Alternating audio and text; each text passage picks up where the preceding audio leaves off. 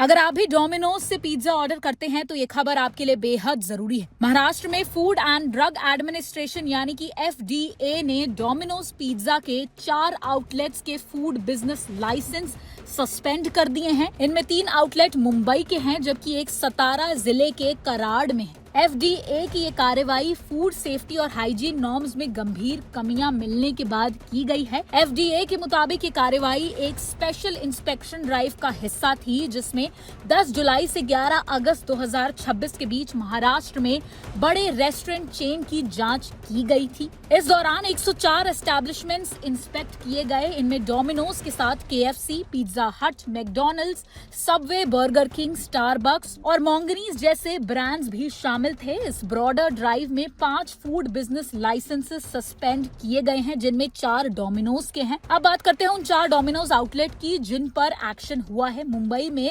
विले Parle west, Borivali west और R city mall, Ghatkopar west के outlet शामिल हैं। चौथा आउटलेट मलकापुर, कराड़, सतारा में है। ये outlets Jubilant food works limited द्वारा ऑपरेट किए जाते हैं। बोरीवली आउटलेट की इंस्पेक्शन में फूड सेफ्टी और हाइजीन से जुड़े कई नियमों का पालन नहीं मिला। FDA ने food storage, temperature monitoring, food testing, cleanliness और पेस्ट कंट्रोल जैसे एरियाज में सुधार के निर्देश दिए। साथ ही कच्चा और पका हुआ खाना अलग रखने और वेजिटेरियन और नॉन वेजिटेरियन खाने को भी प्रॉपर तरीके से अलग रखने पर जोर दिया गया है। इक्विपमेंट और यूटेंसिल्स की रेगुलर क्लीनिंग और सैनिटेशन सुनिश्चित करने की भी मांग की गई है। वहीं विले पार्ले वेस्ट आउटलेट में FSSAI licence display, drinking water, food storage, pest control और ओवरऑल सैनिटेशन से जुड़ी कमियां सामने आई हैं। FDA ने फ्रोजन फूड के टेम्परेचर की प्रॉपर मॉनिटरिंग, फूड और नॉन फूड आइटम्स को अलग रखने, रोडेंट्स और इंसेक्ट से प्रोटेक्शन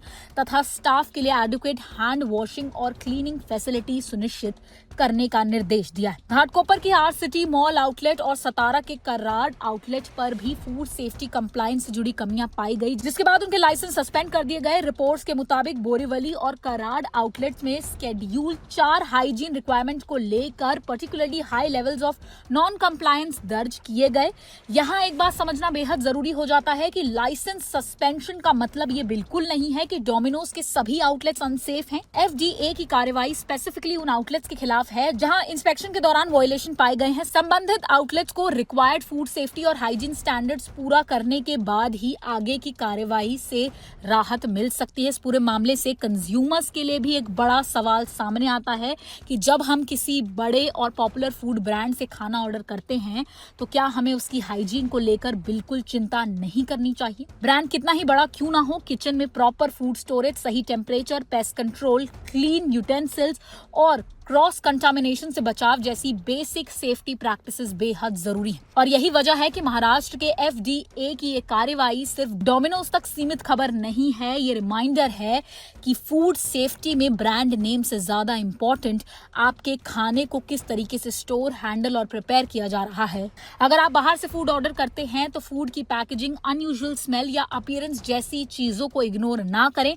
किसी भी फूड सेफ्टी कंसर्न की स्थिति में रेस्टोरेंट या फिर डिलीवरी प्लेटफॉर्म को रिपोर्ट करना और जरूरत पड़ने पर रेलेवेंट फूड सेफ्टी अथॉरिटी तक कंप्लेंट पहुंचाना भी जरूरी हो जाता है। अगर आपको ये वीडियो पसंद आई हो तो इसे लाइक और शेयर जरूर कीजिए और ऐसी ही और हेल्थ से जुड़ी खबरों के लिए जुड़े रहें ओनली माय हेल्थ के साथ।